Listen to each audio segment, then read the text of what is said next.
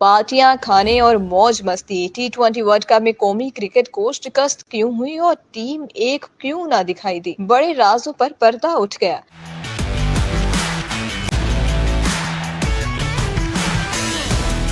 T20 world cup میں Pakistan cricket team شاید ایک ٹیم کی طرح دکھائی نہیں دے رہی تھی، جس کی بہت ساری وجوہات میں سے ایک وجہ یہ تھی کہ میگا ایونٹ میں کھلاڑیوں اور سپورٹ سٹاف کے ساتھ 26 سے 28 افراد پر مشتمل گروپ کرکٹرز کی بیگمات، بچوں اور اہل خانہ کا تھا۔ حیران کن طور پر فاسٹ باؤلر محمد عامر ذاتی ٹرینر کے ساتھ امریکہ میں تھے۔ ذرائع کے مطابق پاکستانی کرکٹ ٹیم کی غیر ملکی ٹرینر کی موجودگی میں محمد عامر ذاتی ٹرینر کے ساتھ ٹریننگ کرتے تھے۔ یہ ٹرینر ایئرلینڈ اور انگلینڈ میں بھی محمد عامر کے ساتھ تھا۔ محمد عامر نے اپنے ذاتی ٹرینر کے لیے پاکستان کرکٹ بورڈ سے خصوصی اجازت لی تھی اور ٹرینر کے اخراجات وہ خود ادا کرتے تھے، لیکن اس کے انتظامات PCB نے کیے تھے۔ امریکہ کے میچ میں 18 رن کا سپر اوور کرانے والے محمد عامر ریٹائرمنٹ کے بعد ٹیم میں آئے تھے، لیکن وہ ٹیم کے ساتھ ٹریننگ نہیں کرتے تھے۔ یہ بھی انوکھی مثال تھی کہ ایک کھلاڑی ذاتی ٹرینر کے ساتھ الگ ٹریننگ کرتا تھا۔